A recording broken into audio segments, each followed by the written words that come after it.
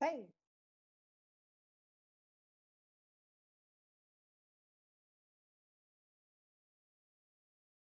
Cool.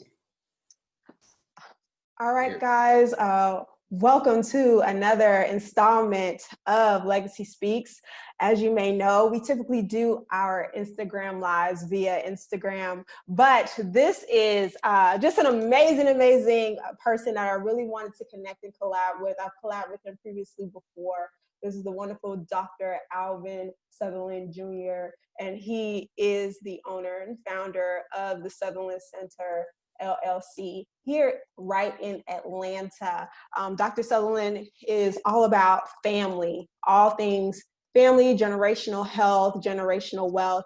And I just wanted to be able to have this conversation about Black fatherhood. So, Dr. Sutherland, welcome. Thank you, Sierra. It's always a pleasure to get to hang out with you and talk with you.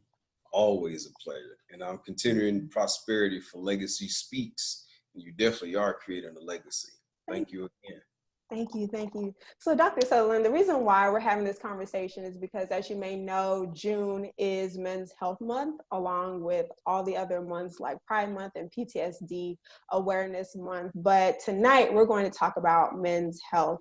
As of recently, we've had the opportunity to witness so many things happen right in front of us. We are literally living in history, watching history happen, particularly when it comes to social injustices. And I think the beautiful thing about this overall experience is it's forcing us to redefine what wellness is, especially as a community.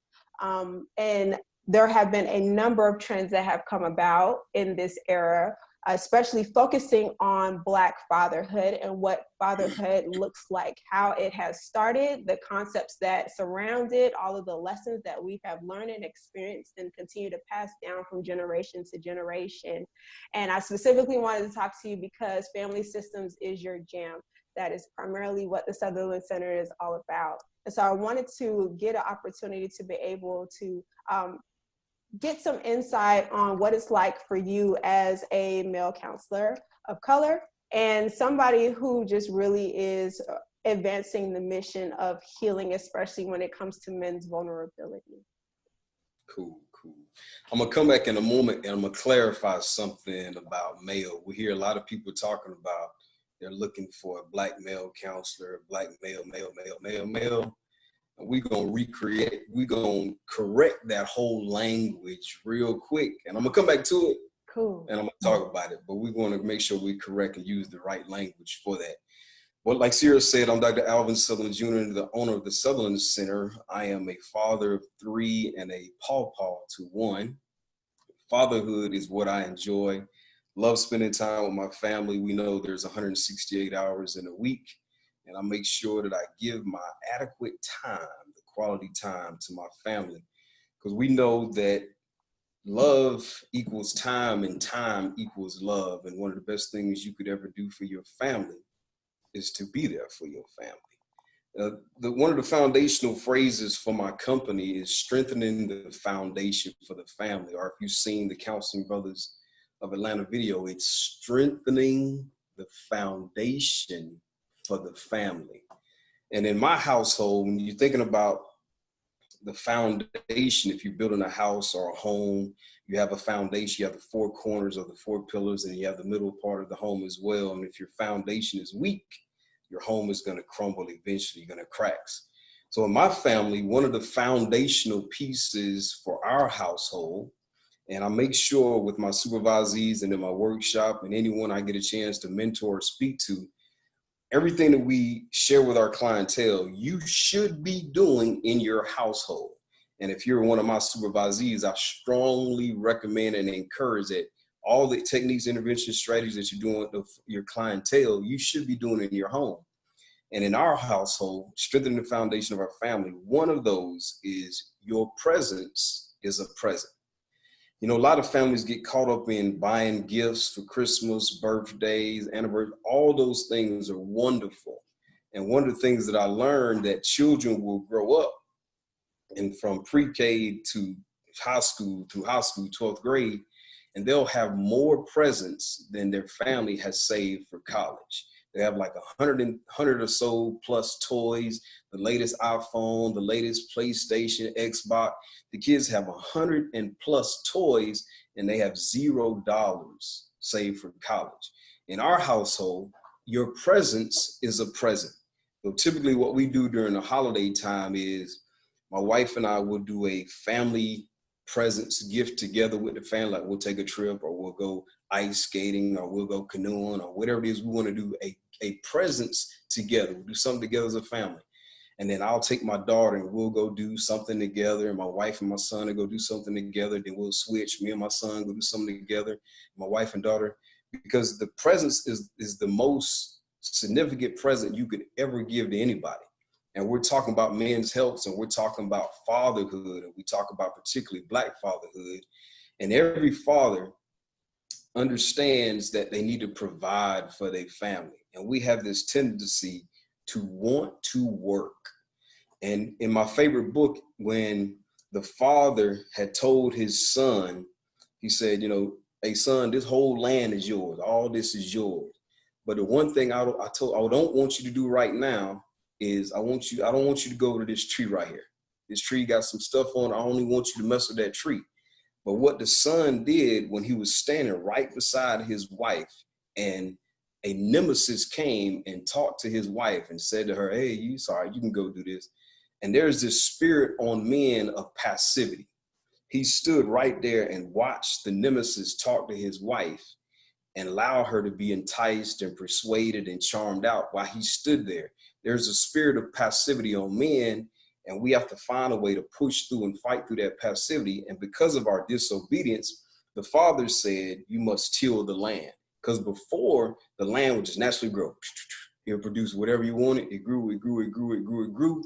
But because of the son's disobedience to his father, the father said, now you must till the land by the sweat of your brow. And now he had to figure out he had to go to work. And this is where that spirit jumped on men for work. Men, we gonna work. Like my family's from Jamaica. You know, my mom's from Jamaica. You know, senior, who I've never really met. I'm junior, he's senior. He's from Belize, but my mom, know every person I've ever met, they like to work. From Jamaica, they're gonna work, have 25,000 jobs. And the spirit on men is to go to work. And we gonna work. There's 168 hours in the week. And we'll find a way to work 163 of them and then figure out what we're going to do with them other 5. And we work with the men and talk with the men. This is the phrase is save some for home. And we as men, because that spirit of work is on us, the men want to just work. And then he want to come home and he'll say to his family, you know, I done spent, 97 hours at work. I ain't got nothing to give to y'all. He'll just sit down. And the family will be compassionate and say, it's all right, daddy. It's okay, daddy. And the family just let him do it. Her mama said, go on, let him sleep. Y'all leave him alone, let him sleep. And he'll take a nap and rest. Now imagine if he spent 97 plus hours with his family, grinding, having fun. They having water gun battles. They playing cards together. They playing Uno, Bid Whiz. They playing hide and go seek, pillow fight. They having a good time with the family. Dinner at the table. Then he go to his job and say, boss, man, I ain't got nothing to give you, dog. I done spent 97 hours with my family. I'm exhausted. I'm tired. What you think your boss gonna say, Sierra? Either you get with it or get lost. He ain't gonna show you no compassion. None. He gonna kick you out and they gonna replace you real quick. And we're really working with the men, the young boys or young adolescent men who are transitioning to manhood, get them to understand you can always make more money, but you can't make any more time. The two things we spend is time and money. I guarantee you can make more money. You get out there, go grind. If you can't do nothing but go sweep, you clean the toilet, you make your money, but you can't get back that time. And we're really pushing them to understand the value of time and making sure you're present for your family. So in our household, strengthening the foundation for the family, one of those foundational components is your presence is a present. And giving your time, like I'm giving time because I trust you and I value what you do and the work that you do, Sierra. So I'm cool with giving you time. I don't have any problem with that. I ain't gonna give it to everybody else now. because my time is valuable. After a while, they're gonna have to compensate me for my time. Yeah. But it's super important to help families and fathers understand how valuable their presence is, and working with the families and identifying what is the foundation of your family. What are the values, the morals, beliefs, the philosophy about fatherhood, about family that you want your kids to know? And you begin to speak it into them, pour it to them through repetition. It ain't one time. And you're teaching them what you expect them to learn. And that's a part of the beginning of the process a little bit. I don't want to just go, because I got a whole bunch I can say now. Okay. Kids to kind of interject, just understanding the strengthening the foundation of the family. And one of those in my household is your presence is the present. I think that's very beautiful and such a profound statement within itself, because, you know, the statement of the present is a gift, right? And so being fully present in the moment and being fully aware of you just being there, simply being there, is very, very important. I know oftentimes when I'm explaining social support to individuals, I let them know that there's two types of social support. So we have, you know, instrumental, and we also have emotional. And I find, or what I see and have even experienced, I find that fathers tend to lean more on the instrumental support. You need me to do something? What you need? You need me to give you some money? You need me to change the oil? You need me to, you know, make sure that this dishwasher is A-okay? All right, you need me in the fell clutch? All right, cool, I got you. But when it comes to these emotions, I'm gonna need you to go to your mama real quick, you know? And so I find that now fathers are taking a step back and they're reevaluating what emotions look like, what feelings look like, and they're slowly incorporating that in the mission of the home. I know as an entrepreneur, you know, like when we're turning in our documents for our business, we have, you know, our vision, our mission. And my hope is that fathers, or just families in general, start creating visions and missions for their families, and having that vision and learning how to work backwards to see how we can start implementing and infusing that mindset on a day-to-day basis. True. I like that. It's a good point. And helping them remembering that the moments together create memories forever. And we're getting them to understand you got to have these moments together in order to create memories. And because a lot of time we thinking about trauma and the body remembers what the mind struggles to forget. You can create new memories. If you remember when you were little, your third grade teacher told you talk too flipping much, and you remember that, but you can create a whole new set of memories with your family that they will, shoot, when they get 25, 45, 50 years old, they were like, hey, you remember that time that we went for Christmas time? We all went to Andretti's and we rode go-karts together. We had a battle, we were racing. They remember in the time. You create those moments to create those memories that's going to last a long time. And you were saying something that made me want to backtrack to when you said they're looking for a black male counselor. Now, there are three hoods. You ever heard of the three hoods? No, but go ahead and explain it for the people, please. Okay, there are three hoods, and I ain't create all this. I mean, I read 100 million books, and I got it from somewhere in the world.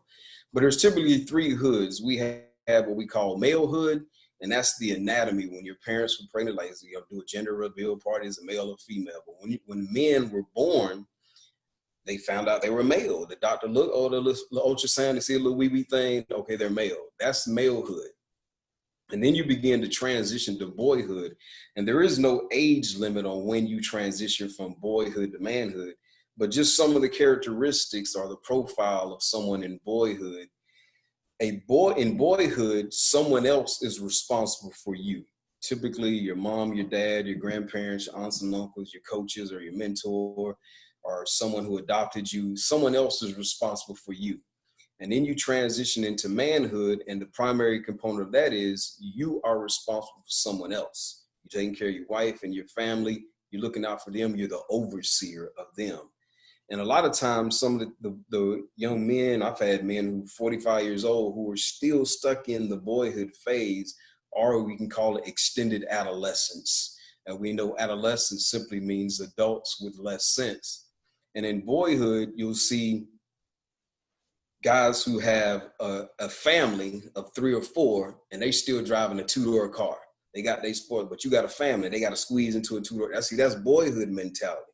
And then you have young men who are on social media and they're posting themselves in their underwear, smoking weed, burning one, smoke one, food, fired up. They're still doing that. That's still boyhood mentality. They haven't reached maturity yet to transition. Now, the path to manhood or fatherhood, since we're talking about fatherhood, is a lifelong journey, and mastery is simply staying the path. We have a lot of young men who kind of get discouraged and they'll give up. They'll just start burning, drinking, even contemplating, get sad and depressed, contemplating suicide. But one thing that helps the transition from boyhood to manhood is an elder. Or, people will talk about having to standing on the shoulders of giants, and a giant, the standing on the shoulders of giants is someone who can elevate you and your family to new heights. Or what's your Sierra song? Level up.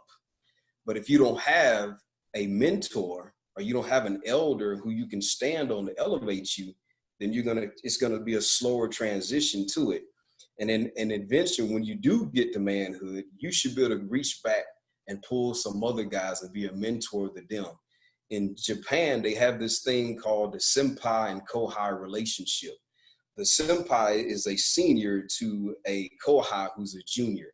It's basically someone is like a mentor or an elder to pull you along, to help you as you transition from boyhood to manhood, where you are responsible for other people. Because at boyhood, you're still a consumer. You're eating up everything. As when you get to manhood, you're a producer, you're creating, you're elevating the masses of people, and you're elevating your family. You're spending time at the table where you're divvying out the direction, because the family will gather together. The father of the household will delegate how the family's supposed to go, and then they'll scatter into the community, into the schools, into the workplace. But if they don't have that time together, because we at work all the time, there's no way for the information that needs to go out.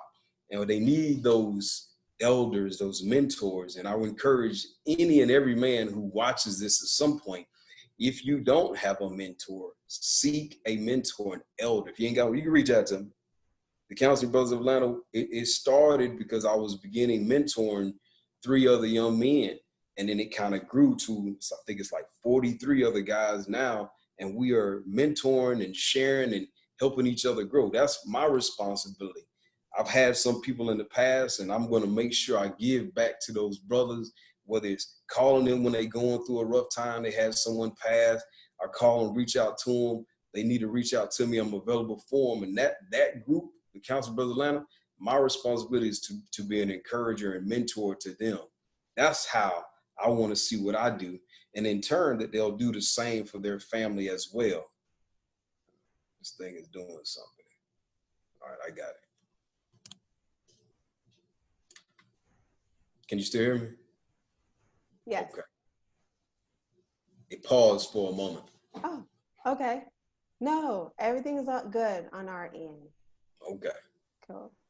So those are the 3 hoods, though. I wanted you to know about them 3 hoods. So we don't want no black male counselor. We want a black man who's a therapist, or a black man counselor. We want to throw that man in it, because I'm trying to tell all the guys, we ain't males no more. We transition from that. I love it. And then even when you were talking about it, obviously, I was thinking about just the tribe mentality, because, I work in the substance abuse population, or just a substance abuse domain. And oftentimes I come across clients who don't have the wherewithal or weren't able to even witness that type of manhood displayed before them growing up. And so oftentimes it's difficult for them to kind of conceptualize what that looks like for them. And even in sobriety, right?